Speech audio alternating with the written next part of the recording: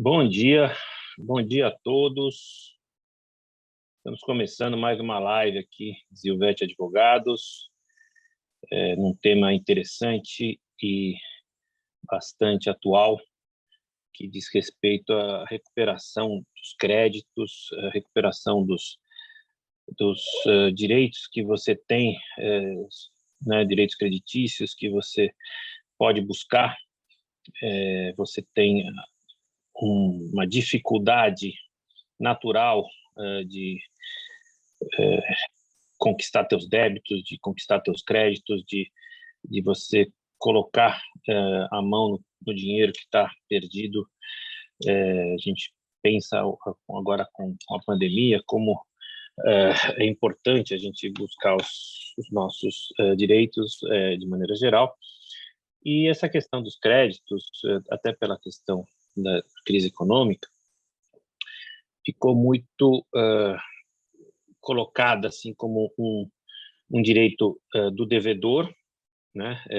Um direito do devedor de não cumprir a obrigação, um receio do credor de buscar crédito, de ir atrás do crédito, porque fala, poxa, eu vou encontrar um juiz que vai me ver como uma pessoa que está se aproveitando da fragilidade do devedor, da fragilidade da economia. Mas, claro, a nossa função aqui é colocar o debate, ver como esse assunto está sendo tratado nos tribunais. Essa é a ideia da nossa live, essa é a ideia que a Marcela tem buscado em todos os temas que a gente sugere aqui para discussão. Por outro lado, também, a gente vai falar também dos créditos fiscais, né, que aí tem novidades, né, jurisprudenciais. A gente vai falar também do lado do contribuinte, naturalmente, né, mas também a questão que vem sendo discutida no fisco em relação a créditos. Enfim, é uma manhã bastante prazerosa para a gente está com gás aí para discutir, a gente está com ânimo para trazer os nossos colegas para um debate, e a Marcela vai nos dizer aí o que a gente vai tratar durante essa uma hora que nos coloca para o debate, para a discussão em cima da jurisprudência. Marcela, bom dia para você, bom dia a todos, vamos em frente. Bom dia a todos, bom dia, doutor Fernando. Queria agradecer a presença de todos aqui nessa live de hoje. E o nosso tema é justamente esse, tratar sobre a recuperação de crédito e a forma como a jurisprudência, e principalmente o STJ, tem lidado com isso. A gente sabe que a nossa legislação, historicamente falando, ela tem um viés de proteção ao devedor, então ela traça alguns princípios, né, para que as execuções, quando eu digo execuções, são evidentemente execuções pecuniárias, né, que elas ocorram da forma menos gravosa ao devedor. Então, ao mesmo tempo que existe um direito ao crédito, né, o credor ele possui esse direito de receber o valor que lhe é devido, a lei protege o credor para que isso ocorra de uma forma a proteger a sua subsistência, né, de alguma maneira. Então, isso vem de acordo com alguns princípios, isso vem também de acordo com a proteção a alguns patrimônios. Então, a gente tem aí um rol de patrimônios que são impenhoráveis pela sua própria natureza. Então, existe toda uma proteção. Isso, historicamente falando, foi trazendo muitas dificuldades para o credor, porque esse credor ele tinha um direito ao crédito, seja por uma decisão judicial ou seja por um título executivo em que ele constava como credor, só que ele não conseguia satisfazer esse crédito, porque muitas vezes os devedores, protegidos da legislação, eles conseguiam se desobrigar do pagamento, né, através de alguns atos, enfim, judiciais. Isso sempre foi um problema, isso era sempre uma grande preocupação dos credores. O que aconteceu? Veio o Código Civil, o novo Código Civil em 2015, não tão novo assim mais, né? Já está no 6º ano, mas a gente ainda chama de novo Código Civil. Ele trouxe no seu artigo 139, lá no inciso 4º, um dispositivo muito interessante que autorizou o que a gente chama hoje de medidas executivas atípicas. O que seriam essas medidas? São medidas não previstas em leis que servem para assegurar a execução e a eficácia das decisões judiciais, e isso vem sendo muito aplicado nos processos de execução.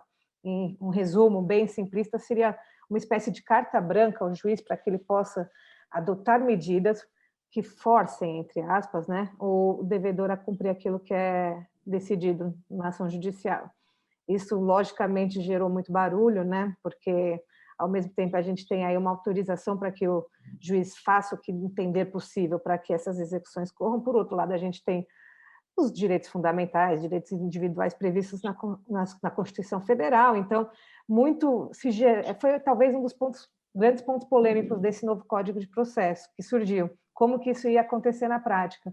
E hoje, com 6 anos de novo CPC, a gente já consegue ver como isso se desenhou na jurisprudência, a gente consegue entender como que o STJ tem tratado esse assunto, se tem deferido essas medidas que a gente chama de atípicas ou não, em que limites, em quais são os requisitos para que isso aconteça. Então, a nossa ideia dentro desse primeiro tema é justamente trazer como que isso tem ocorrido dentro do STJ, né? Se tem ocorrido, quais são essas medidas propriamente ditas na prática e quais são os requisitos para que elas ocorram, né? Para que elas efetivamente tomem forma. Muito bom. Então, vamos lá. Então, quando a gente fala STJ, a gente está falando já de um tribunal superior. O problema imediato do devedor, quando ele está ruim mesmo, quando ele está feia, primeiro a negativação, né? Então você já fica negativado, né? Então, se bem que hoje os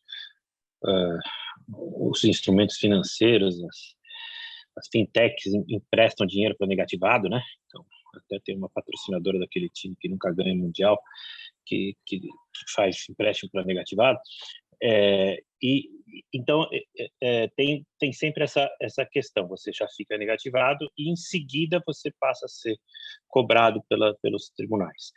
Os tribunais de primeira instância, o juiz de primeira instância, já toma algumas medidas baseadas nesse código de processo de constrição, ou seja, de pegar o patrimônio do devedor. E saiu muito barulho, você tem razão, a respeito daquela ideia de que quando você começa a dever, o banco te deixa num barril, né, vestido num barril sem bem nenhum, você fica só com o barril e o corpo. Você fica aquela figura de você estar realmente desapropriado de todos os teus bens materiais. Agora, isso, de alguma forma, evoluiu nos tribunais de primeira instância. Os juízes vêm tomando algumas medidas gravosas, ou seja, realmente contra o devedor, que a gente gostaria de que você comentasse, Marcela, por favor. Isso tem ocorrido, né, justamente com essa fundamentação do 139 que eu mencionei antes. Então, a gente tem as medidas que são as típicas, né, que são buscas por bens em agências bancárias, busca por patrimônio através da declaração de imposto de renda, busca junto ao Detran para ver se existem veículos em nome do devedor. Todas essas medidas que oficial de justiça, penhora de residências, todas essas medidas, elas são consideradas as medidas típicas. Então, isso já ocorria, sempre ocorreu, e essa é a sensação que o senhor, né, bem descreve. De fato, quando tem uma dívida, parece que por todas as frentes o devedor ele é atingido, né? Então, isso é tão comum que, inclusive, existem convênios dos próprios tribunais para dar mais praticidade a essas medidas. Agora, quando a gente fala de medidas atípicas, isso é como se fosse elas, por não estarem previstas em lei, dá uma grande margem para que qualquer tipo de pedido seja feito. Então, a gente observa desde pedidos de constrição de passaporte, constrição de CNH,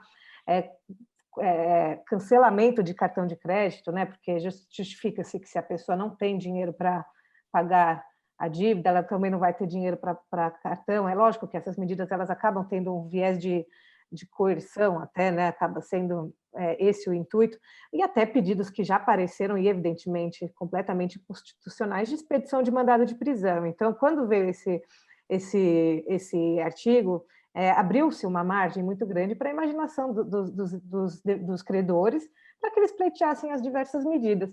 E com isso veio a responsabilidade para o Poder Judiciário de limitar e entender quando que isso ia ocorrer de fato ou não.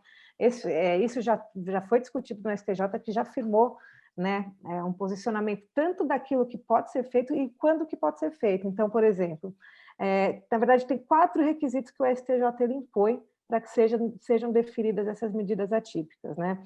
O primeiro é que exista algum indício de que o devedor, de fato, possui um patrimônio para honrar com aquela dívida. Então, porque assim, existem 2 situações. Existe o devedor que não tem como pagar e existe o devedor que não quer pagar, né? Aquele devedor que não tem como pagar, ele não pode, segundo o entendimento do STJ, ser constrangido em sua liberdade individual, dentro dos seus direitos fundamentais, porque por algo que ele não pode cumprir, né? Isso configura um abuso aí, então isso é vedado, né? Tem sido vedado pelo STJ. É diferente daquele devedor que possui condições, indícios de condições de pagar a dívida e não faz por N outros motivos. Então, esse é o primeiro requisito que o STJ ele coloca. O segundo é que as decisões elas têm que ser fundamentadas. Então, não basta que eu peça o bloqueio de um passaporte, que eu peça que seja impedido um devedor de sair do país, um sócio de uma empresa de sair do país. Eu preciso justificar o motivo, eu preciso fundamentar o porquê disso. Então, para explicar melhor esse requisito, eu vou até trazer um caso prático que foi discutido no STJ, de uma dívida de uma empresa, uma dívida milionária de uma empresa, e os sócios viajavam, como alegavam que não tinham dinheiro para pagar a dívida, porém viajavam frequentemente para o exterior, postando fotos em redes sociais e tudo mais.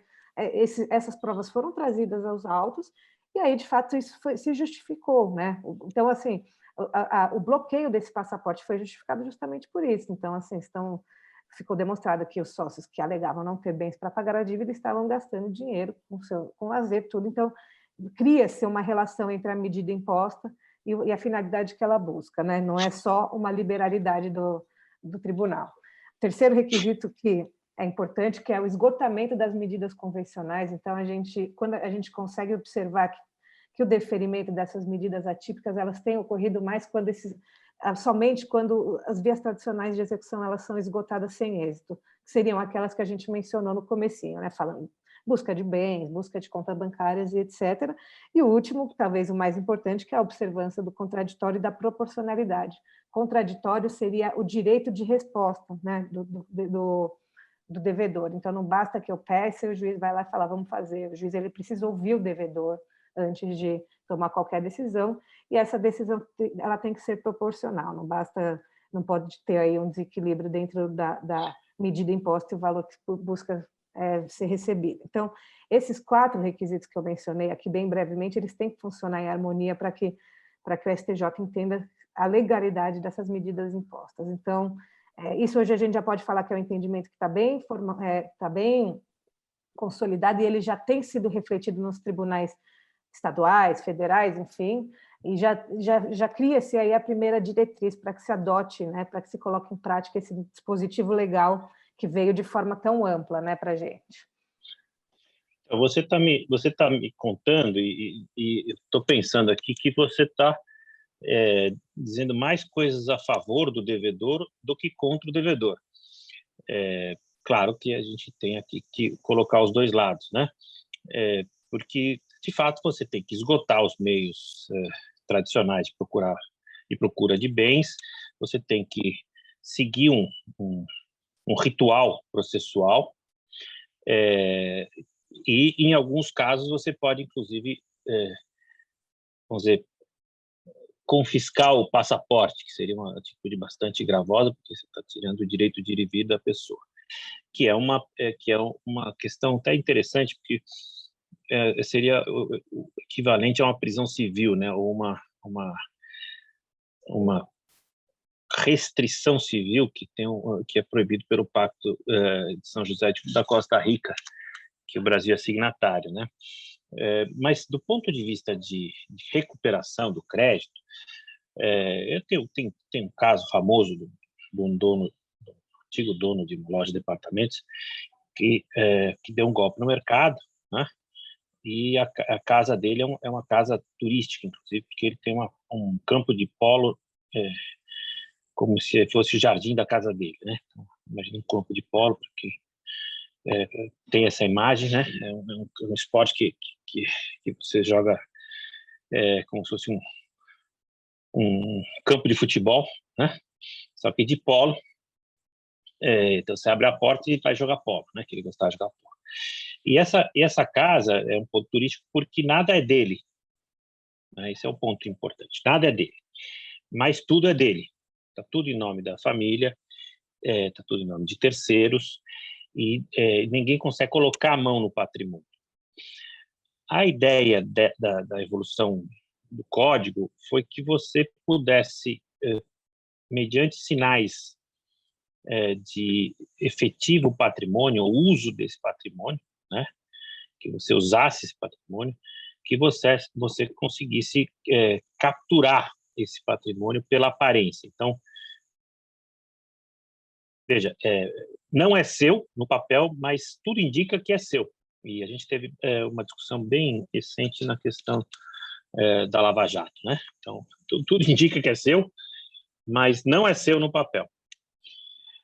Tirando o aspecto passional das discussões da Lava Jato, tem um aspecto que diz respeito à nossa live, que é a aparência da propriedade. Então, teve uma forte repercussão, né, no Supremo, depois se arrefeceu com a questão da teoria da aparência. Então, mas do ponto de vista de crédito, exclusivamente de crédito, eu posso buscar o crédito de um devedor que aparentemente é o dono de tudo, mas no papel não é.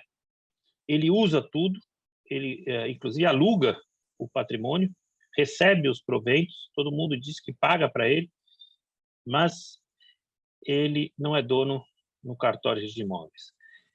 É essa a ideia de buscar o meu crédito, porque se do contrário eu vou ficar no 0 a 0.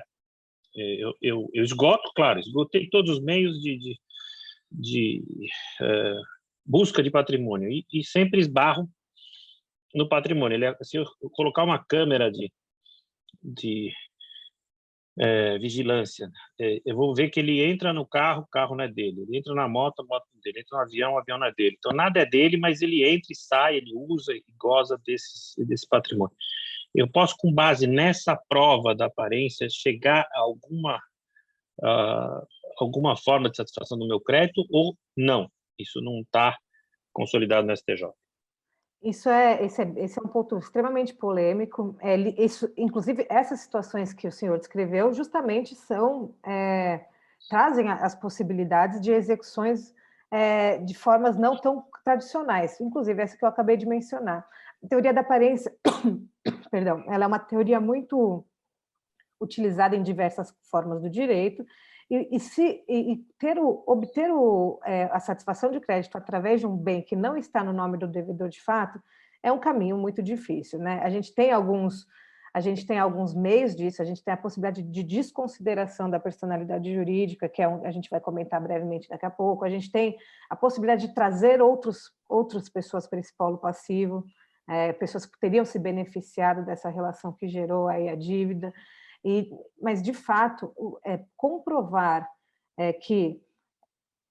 Porque essa descrição essa situação nada mais seria do que uma fraude ao credor. Então, comprovada a fraude ao credor, é evidentemente que esses bens podem ser atingidos. Então, sim, é possível que se chegue nesses bens através, mesmo que eles não estejam, né, em nome do devedor de fato, porém seja ele o dono de fato, né, desses bens, que ele, apesar de não ser o proprietário lá documentalmente, que se prove que ele é o dono de fato. Se configura, né? É possível que se configure a partir desse ato a fraude ao credor, e isso traria esses bens para discussão e seriam passíveis, sim, da execução.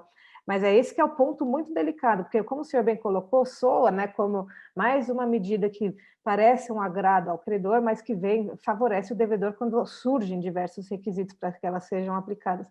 Mas se a gente for pensar também por outro lado, de fato, atrair um bem que não era do devedor para uma execução, reter um passaporte, reter uma CNH desse devedor para que se busque, né, a satisfação da execução, são coisas que há poucos anos atrás eram inconcebíveis e hoje já é uma possibilidade por conta dessa flexibilização da norma.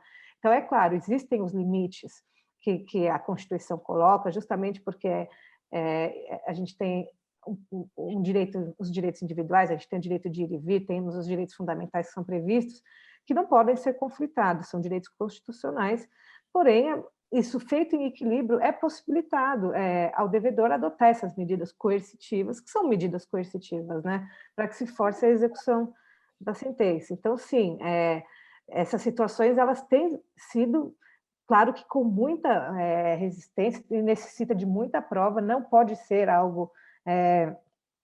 nesses casos, a gente não pode falar em indícios, aparenta ser dele. Isso tem que ser demonstrado, é uma prova complicada, mas sim, é possível e ocorre em alguns casos práticos e alguns que a gente até conhece, como, por exemplo, esse que o senhor mencionou.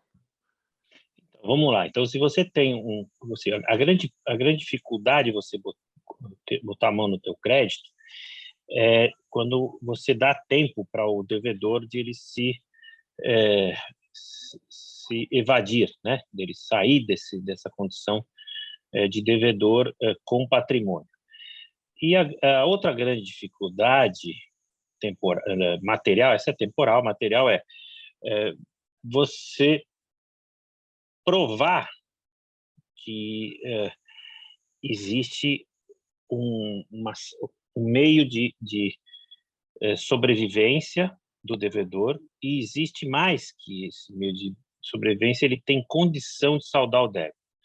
Então, a ideia do código, a ideia do Código de Processo é você permitir medidas atípicas, porque as típicas a gente já sabe que não vai conseguir. Agora, a medida atípica, que é o que interessa, porque a medida atípica, ela vai ser o quê? Eu vou conseguir chegar no patrimônio ou na renda deste devedor. Como ele se beneficia disso? Então, eu demonstro que ele tem realmente um campo de polo na casa dele, eu demonstro que ele tem bens suntuosos e que ele se utiliza desses bens, e que o fato dele se utilizar desses bens demonstra uma capacidade econômica que daria condições para ele pagar esses valores do débito, ou alguma parte dos valores. Por outro lado, também para a teoria da aparência, você também consegue comprovar que muitos desses bens que estão com terceiros não poderiam ser de terceiros, porque para você manter um campo de golfe não, de polo, custa dinheiro, né? A grama tem que ser bem rasinha, senão a bola não corre, certo? Tem que estar todo muito bem demarcado, então você tem que regar toda hora.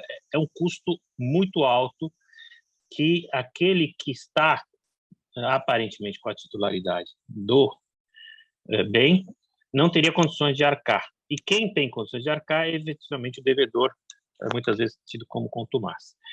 Em outras jurisdições, é esse o espírito do código que é aplicado, ou seja, você avança nas medidas atípicas. O que é a medida atípica? Eu penhorar esse bem. Eu arrematar ou levar esse bem a leilão, ou eu conseguir que as pessoas que mantêm este patrimônio tenham a quebra de sigilo fiscal e bancário, para demonstrar que eles não têm recursos, que esses recursos vêm de algum lugar que não é suficiente, e aí eu congelo esses recursos, porque é esse o ponto que a gente está tratando. Eu tenho que congelar os recursos que mantêm um barco ancorado na Baía da Guanabara, que mantém um helicóptero no Campo de Marte, que mantém uma casa em Angra. Então, esses recursos que eu não... Assim, claro, o patrimônio está em nome de terceiros, é muito difícil eu pegar para mim de novo. Não sei se tem a fraude acreedor, fraude de execução, mas isso aqui são medidas atípicas. A medida atípica é: eu quero congelar essa conta bancária. Pode ou não pode, Marcelo? Pode, com certeza pode. Isso ocorre também, buscar a fonte de patrimônio, porque, de fato, ainda mais esse perfil de devedor que tem, né, de fato tem os bens, mas busca-se das medidas legais, de algumas estratégias para ocultar os bens e fragilizar aí o devedor, mas o fato é que eles têm, né, uma fonte de renda, uma entrada, e quando isso é demonstrado, quando existe esse intuito de lesão ao credor, aí isso já possibilita que se avance, né, daquele caminho, daquela linha reta que a gente já conhece, que não funciona nesses casos, e que se comece a buscar bens e bloquear bens, ainda que não estejam necessariamente em nome dele. É importante que as medidas atípicas elas tenham essa característica de, eu vou até usar uma expressão que é pegar no calo do devedor. Então, elas buscam incomodar o devedor, tirá-lo dessa situação de conforto, né? Porque que a lei acaba protegendo, né? Da forma como ocorria, principalmente antes desse dispositivo vir à tona, né? E desse novo Código Civil aparecer com esse viés. Então, a partir do momento em que o devedor ele começa a ter alguns direitos pessoais limitados, em que ele começa a ver que alguns patrimônios que, por não estarem no nome dele, poderiam estar protegidos, começam a ser mais expostos, isso além de buscar diretamente a efetividade da execução, também tem essa característica de provocar, entre aspas, o devedor a se manifestar e, de repente, resolver, né? Pagar aquilo que deve, enfim, minimizar aí os impactos para o credor. E isso inclusive, utilizado de forma aberta pelo Tribunal de Justiça. Então, a partir do momento em que se bloqueia, que se retém uma CNH, que se suspende o direito de dirigir de alguém, isso não tem um efeito direto, né, para o credor, né? A suspensão da CNH não vai pagar a conta, né? Mas isso vai limitar o devedor, vai incomodar o devedor a ponto dele talvez se movimentar, né? Querer resolver a situação para que ele possa ter o seu direito de volta. Então é interessante isso também, é difícil a gente ver isso na legislação, é uma medida coercitiva com essa clara característica, né? Geralmente isso vem de uma forma secundária, como a gente até comentou na questão do dano moral semana passada, né? Porque ele tem essa questão de punição, mas ela é subjetiva. Nesse caso, não, isso é falado, isso é expresso. Vamos fazer isso porque assim a gente vai incomodar o devedor e o devedor vai querer pagar a dívida. Então, a novidade vem também daí, são os dois aspectos interessantes. O primeiro é basicamente uma carta branca que tem que ser utilizada dentro dos limites, né, que a gente comentou, e o segundo é esse viés de incomodar, de coagir, de fato, o devedor a não permanecer né, nessa situação de conforto, enquanto o credor ele é extremamente lesado por não ter o seu crédito. Então, esse é o ponto, né? Na questão da modernidade da processual, não é uma carta branca para você fazer o que você quiser, mas é interessante que o primeiro ato que o devedor faz quando ele tem restrição de crédito é ele começar a pagar e receber valores informalmente. Então, a empresa que ele tem não distribui lucro para ele, paga as contas dele por terceiros, faz uma interposição de pessoas e, de alguma forma, as contas dele são pagas, certo? E o padrão de vida dele não cai, né? Então, estou falando dos grandes devedores, dos devedores que deram golpe no mercado, e quando você tem uma instituição financeira, é muito interessante, porque você, da noite para o dia, você sofre uma intervenção e você perde todos os seus bens, né? Então, teve um caso aí de um maior colecionador de arte que era dono de um banco, né? Vinculado a um político famoso, e ele teve da noite para o dia todos os bens confiscados, ele perdeu todos os bens, ele teve todas as contas correntes confiscadas, ele teve uma forte pressão financeira para que os credores fossem satisfeitos. Isso acontece no mercado financeiro, mas nos outros mercados é muito difícil de acontecer. Então, a gente tem clientes, por exemplo, que eles não recebem os seus créditos, e eles têm uma necessidade de receber, e muitas vezes eles falam, bom, tá bom, a gente tem os clientes querem, entra com ação de cobrança, a gente vai cobrar, e a gente já encontra de cara uma restrição à satisfação do crédito. Então, as medidas que são atípicas, né, como diz a lei, elas devem seguir esta linha. E a linha financeira é a linha mais avançada nesse ponto, de você conseguir identificar. Então, será que com o Pix, vamos falar do Pix, que foi uma outra live, eu até estou escrevendo um artigo sobre esse assunto para um viés tributário, mas a grande modernidade do Pix é você conseguir traçar, né, você conseguir buscar a movimentação dos pagamentos, inclusive daí verificar que existem sinais de riqueza que não estão sendo explorados. Então, a medida atípica seria eu avançar por meio de uma ferramenta moderna como o Pix para identificar que a pessoa segue um padrão de vida que ele poderia estar cumprindo minimamente como obrigação de pagar. É isso que a gente busca, no final de contas, né? É isso que, como pelo lado do credor, né? A gente vai atrás disso. Porque, do outro lado, vira um crédito podre, né? O nosso credor tem um crédito podre. E o crédito podre praticamente não serve para nada.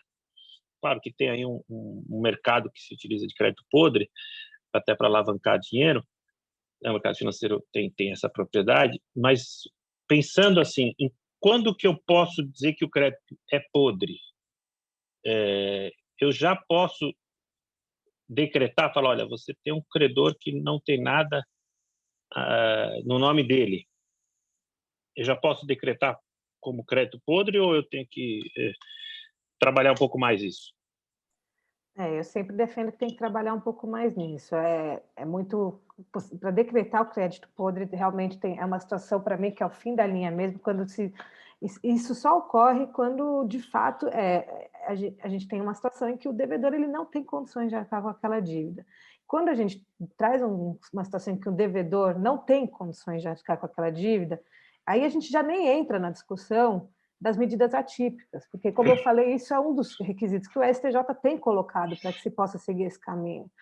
Então, e há de se diferenciar aqui, de fato, tem alguns casos em que os devedores eles simplesmente não conseguem suportar a dívida, não tem como. Mas a gente sabe que a grande parte dos casos não é isso que ocorre, principalmente desses devedores contumazes, esses grandes devedores que se usam, né, de alguns artifícios do nosso sistema jurídico para se blindar e não honrarem com as obrigações que contraíram. E são nesses casos que a gente consegue explorar esse benefício, vamos dizer assim, que a legislação trouxe para o credor, né? Porque se a gente está falando de um devedor que não tem condições, isso nem entra na discussão.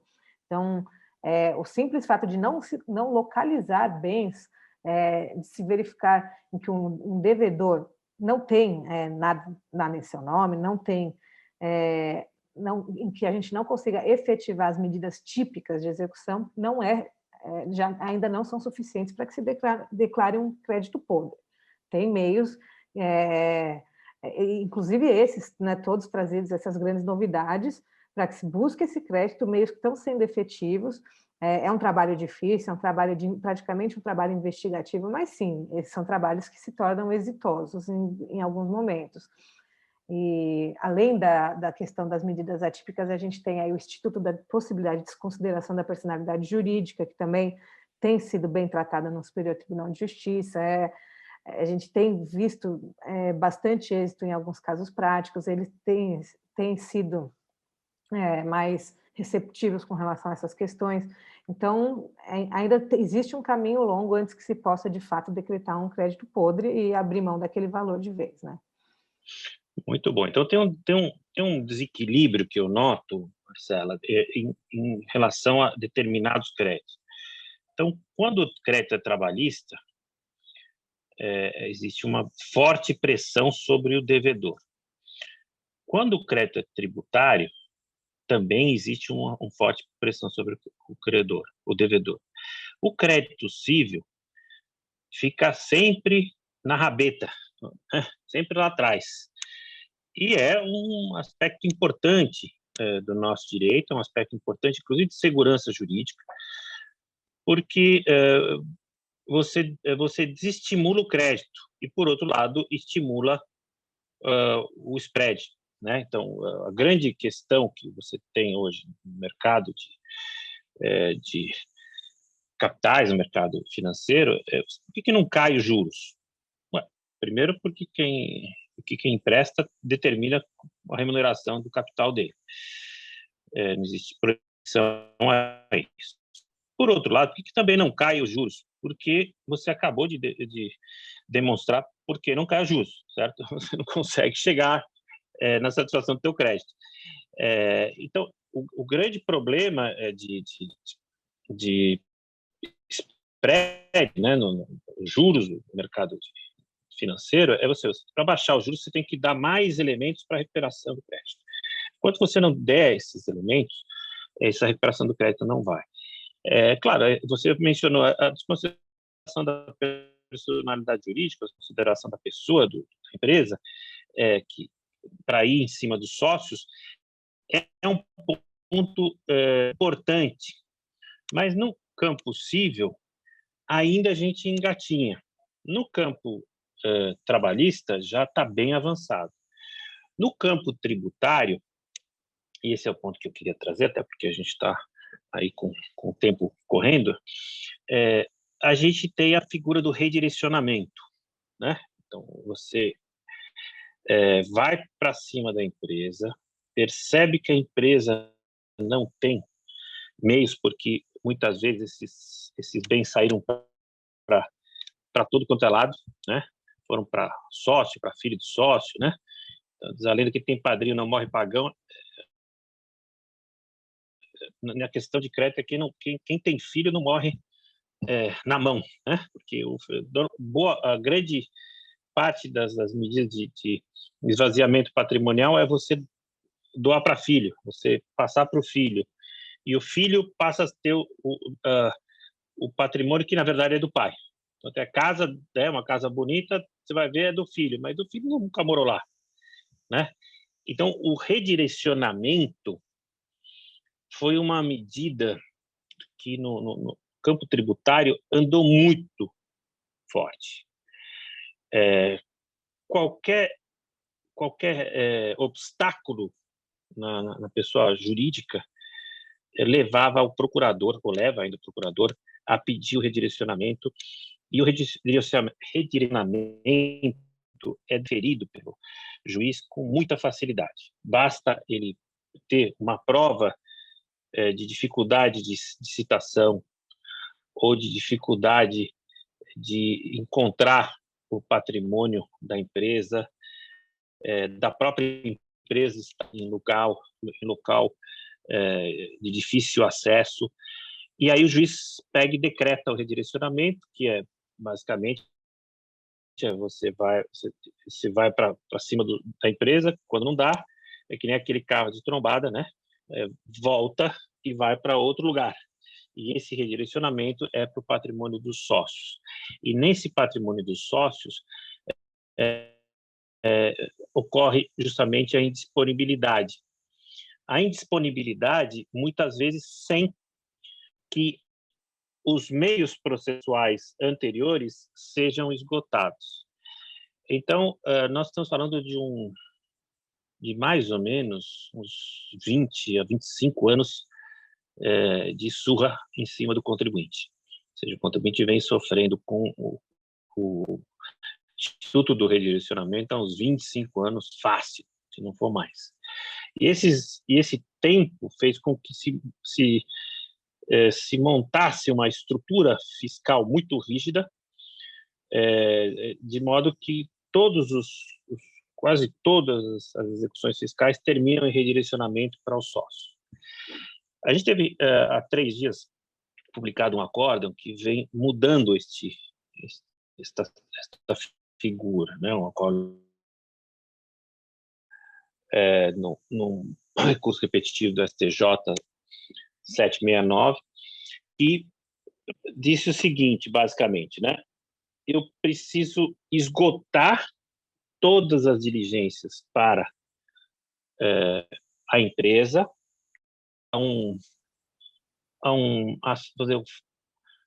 uma satisfação sequer parcial, porque a questão do Bacen-Jude, né? Todo mundo fala, Bacen-Jude é um perigo e tal, só que na prática a teoria é outra, né?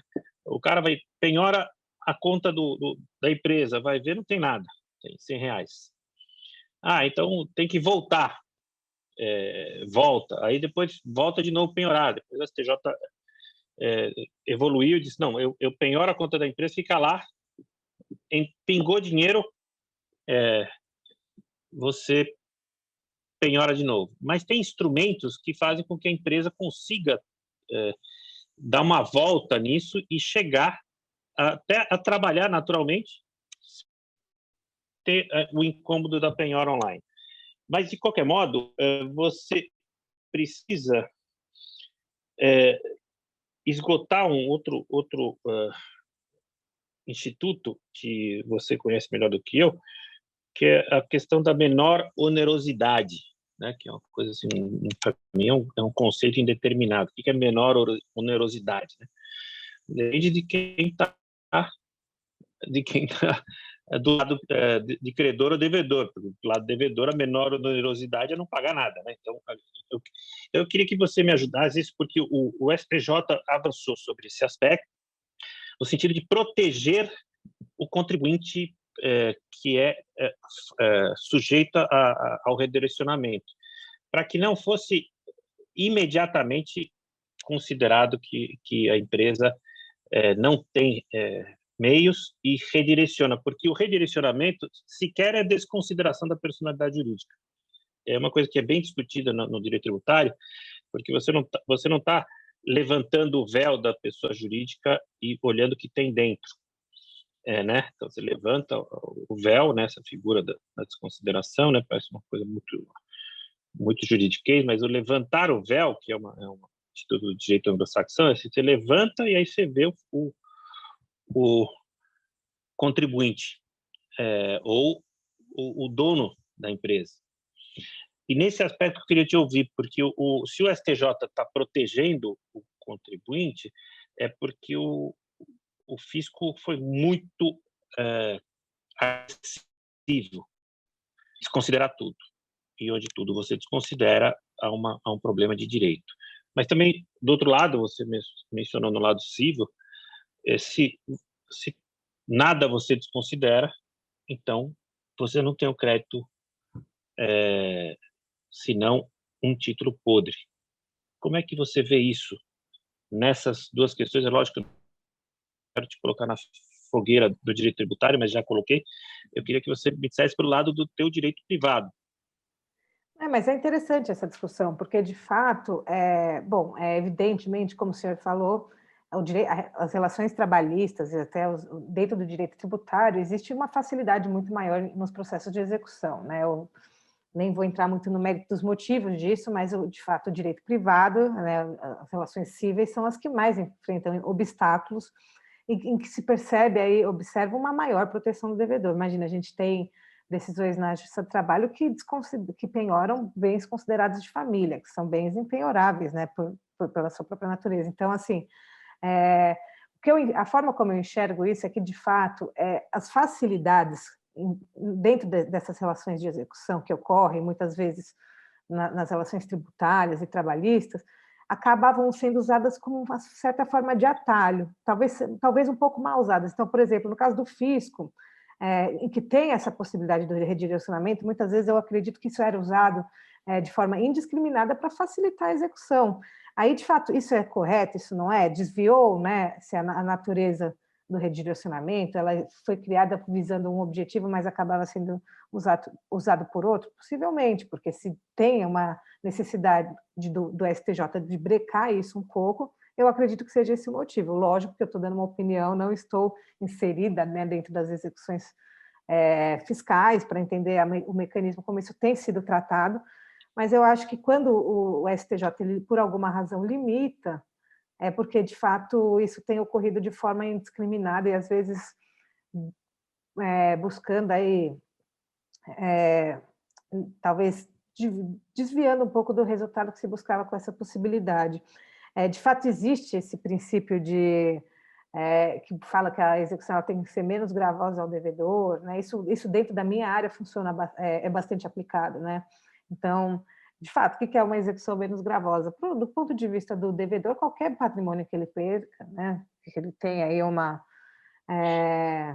tem uma baixa, isso vai ser gravoso, né? Lógico que a lei ela tem alguns parâmetros, então primeiro uma coisa, depois outra, para que isso não tenha um impacto tão grande na vida financeira do devedor, mas isso tem que ser utilizado de forma a equilibrar com o direito do credor, que muitas vezes é descartado, chega a ser uma absurda quantidade de credores que não têm acesso a um direito seu de crédito por conta dessas coisas. E é uma das coisas mais frustrantes que tem dentro do nosso trabalho saber que a gente vê que tem um credor que ele tem um direito de crédito e não conseguir efetivar isso porque a lei coloca tantos obstáculos, existem tantos devedores que conseguem se camuflar dentro dessas situações que aí eles escapam das suas obrigações. Então, mas eu acredito que seja isso, doutor Fernando. Eu acho que muito desse posicionamento ocorre porque, às vezes, também, por outro lado, a gente tem uma má utilização das ferramentas de execução, talvez, por parte do credor, que acaba ultrapassando aí essa barreira do que seria razoável também em face do devedor. Então, esse é um tema interessantíssimo. Lógico que a gente está com um tempo curto para chegar ao debate completo disso, mas veja, eu sempre olho pelo lado do copo meio cheio, né? A parte que está cheia do copo. Eu tenho observado que no varejo, né, sai muita matéria sobre a impossibilidade de você recuperar crédito, né? Então, boa parte do varejo que investiu em FDICs, que investiu em fintechs, que investiu em entidades financeiras para recuperar crédito, para dar crédito, né? Então, tem problemas até de buscar esse crédito depois da pandemia, porque em boa parte do país você não tem acesso à internet como poderia. Então, você ainda usa o boleto, você usa o crediário, você usa a carta de cobrança, né? Então, e esse meio de menos gravoso torna por conta até da pandemia, tá todo mundo isolado, a pessoa não está mais, você não consegue contato com a pessoa, e você não tem uma recuperação desse crédito. Isso é importante, porque, veja, se eu não tenho recuperação desse crédito, mas eu não tentei, esse crédito não é podre. Então, eu não posso jogar ele na conta de perdas, né? Eu ainda tenho um valor que eu não tentei executar. Então, este título não é podre do ponto de vista jurídico. E esse título ele é passível de cessão. Eu posso vender para você, com deságio. E você pode usar ele para até procurar empréstimo. Então, olha só como o mercado financeiro é interessante, né? Você usa um crédito que você sabe que é podre para criar um outro crédito que não é podre, mas está aquele amarelado, assim, né? Não está ainda mofado, está amarelado, e que alavancado vira um crédito verdinho, né? Até na moeda. Por outro lado, você pode usar, em determinadas jurisdições, esse mesmo crédito para bater do imposto de renda. E o abatimento do imposto de renda pressupõe uma exaustão da busca do crédito. Então, veja, você transforma um crédito notadamente podre num crédito financeiro, e com base nesse crédito financeiro, você busca mais crédito financeiro para fomentar o teu negócio de varejo. Então, o mercado brasileiro, né, no mercado estrangeiro, mas o mercado brasileiro ele está se posicionando nesse aspecto. Então, de algum modo, o nosso debate aqui é sobre recuperação de crédito e a não recuperação de crédito, permitindo que você transforme este título em novo dinheiro. em dinheiro novo, em securitização, que a gente chama, né? Transformação em novos títulos dessas dívidas. No ponto de vista tributário e trabalhista é mais difícil, mas tem gente que compra esses créditos. Então, há um mercado se formando para que eu compro esse crédito, eu me interesso por esse crédito, mesmo sabendo da irrecuperabilidade fática. Mas eu buscaria, então, o parecer da doutora Marcela Cavallo, falou assim, olha, qual é o grau de recuperabilidade? Aí ela diria o que ela disse hoje aqui na nossa live, e eu falei, bom, então é recuperável, ainda é recuperável. Pelo menos sob o aspecto jurídico e jurisprudencial. Eu estou muito otimista ou não? Eu não acho que é pouco otimismo, não. Existe uma tendência dos credores de desistirem muito cedo dos seus créditos, porque acredito que, inclusive, por conta da descrença, né? A gente vê muitos casos, principalmente antes do novo Código de Processo Civil, em que as buscas pelos meios típicos não davam certo. E não davam certo porque elas, de certa forma, para determinado tipo de devedor, foram feitas para não dar certo, porque existem aí diversas possibilidades de se ocultar, né? De ocultar aquilo que se tem para que não tenha que se honrar com as obrigações. Então, acho que toda essa crença de que não vai, principalmente quando a gente esgota as medidas típicas, isso já pressupõe na cabeça de muitos empresários que aquele crédito é perdido quando na verdade ainda não é. Então, eu não acho que é pouco otimismo. É lógico que a gente tem situações que não vai ter como recuperar o crédito, mas existem muitas situações em que é possível, pelo menos, ainda que de forma parcial, receber um pouco daquilo que é devido, mas que acaba sendo não indo para frente, né, por conta de todos esses aspectos que a gente comentou. Então, essa é a forma que eu enxergo, né? Não acho que é pouco otimismo, eu acho que muitas vezes as empresas elas desistem um pouquinho antes do que dava para desistir e acabam dando crédito como perdido quando ainda, na verdade, não era. Daria para exprimir um pouquinho mais o devedor. Então, se eu pensar agora como varejista, falar assim, olha, eu tenho bastante crédito nessas circunstâncias de liquidez duvidosa, né? Então, que permite até uma provisão. Se eu coloco esses créditos dentro de um fundo e esse fundo capitaliza o meu negócio com base nesses créditos, eu não estou fraudando ninguém. Ou estaria? Porque se de um lado eu tenho um problema de crédito e estou sendo atacado pelos meus devedores, por outro eu gero um crédito que vai fomentar esse mesmo mercado. Dá para eu trabalhar com isso dentro de uma lógica financeira e de mercado de capitais? É difícil essa pergunta, né? Eu acredito que Se fosse sim. fácil, eu não ia fazer para Não você. ia fazer, exatamente. Eu acredito que sim, existe uma lógica, você não está você tem um crédito, então esse crédito, você não está fraudando ninguém, o crédito está constituído lá. Eu não vejo nenhum tipo de impedimento. De fato, é um mecanismo de trabalho muito complexo que ainda a gente não vê muito acontecendo aqui no Brasil, mas em um primeiro ponto, eu não vejo nenhum tipo de problema, não. Muito bem, Marcela, obrigado pela tua exposição, obrigado por tudo que você trouxe aqui de debate para a nossa live. A gente está chegando ao fim da nossa live, infelizmente. Tem muita coisa para a gente explorar sobre esse tema. Você vê, a gente vai conversando, vai vindo muita coisa na cabeça. A gente tem que estudar muito ainda esse e outros temas, e a gente vai seguindo a nossa live. Semana que vem, eu queria agradecer a todos que estiveram conosco aqui, obrigado por tudo, e vamos em frente. Marcela, uma boa tarde aí para todo mundo, tá? Muito obrigada a todos pela presença, eu desejo um bom feriado, se cuidem e a gente se encontra no próximo evento.